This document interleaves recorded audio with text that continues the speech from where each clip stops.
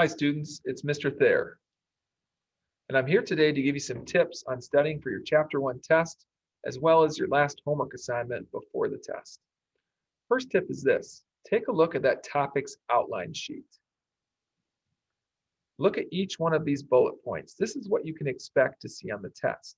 The number one tip or advice I can give to you is this: your time is limited, so use it wisely by spending time on studying topics you feel you need more reinforcement with. So let's narrow down our list. Take out 3 colored pencils or highlighters. I'm going to choose green to represent topics I feel pretty good about. I feel pretty good about function notation. I feel pretty good about absolute value, square root. This is going to help me narrow down what to spend my time on studying. Then take another color like orange and mark it on topics you feel okay about, but maybe you might want to visit quickly, like working with angles or determining if something's a function. Finally, identify things in a color like red of things you definitely need to spend time studying or reviewing. So domain and range might be one of those, or exponents. And oh, by the way, something to add on to this list will be to make sure you are prepared to just solve linear equations. Just solve equations. Equations that could have answers like 1, equations that might have answers like no solution, or infinitely many solutions. Be prepared for that as well. Okay, so we've taken a look at our topics. We've narrowed down our list to what's in orange and red for what we really need to spend time on. So let's take a look at an example of domain and range next. So number 7 on your last homework assignment before the test asks you to use the graph on the right to determine the domain. So what is domain?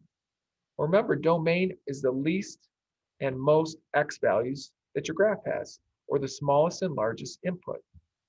So taking a look at our graph from left to right, we're going to take a look at our least x value first. So our least x value goes all the way over here, a closed circle, to -5. So the smallest one is -5 and it's closed, so we're going to put the equals to bar. The largest x value is +4 and it too is closed, so we'll put the equals to bar. You could also write that like this in bracket notation: your minimum, comma, your maximum domain values. And the bracket means you're including it, whereas in parentheses would mean an open circle or you're not including it. So there's your domain. So which choice is that? Looks like choice B. But while we're on the topic of domain, let's talk about range.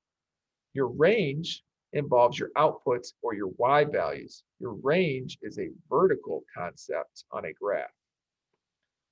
So we're going to look at the lowest and then the highest our graph gets on the y-axis. The lowest it gets is -4 right here. So -4, and it includes it, so we'll use the less than or equal to. The highest it gets is 3. This is your y values. You're no longer talking about x's, it's y values, and we include that 3. You could also write that like this: our minimum range and our maximum range. Okay, a trick to remembering domain and range and the directions would be this: domain, written from left to right, is a sideways concept, whereas range is a vertical concept.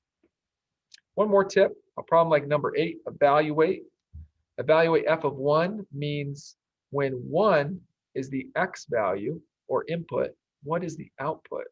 Using your graph, go to 1 on the x-axis. Where is your graph when you're at 1? Looks like about right there.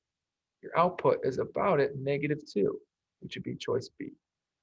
I hope this helps clarify domain and range. Good luck studying. You're going to do great. Have a great day. Bye.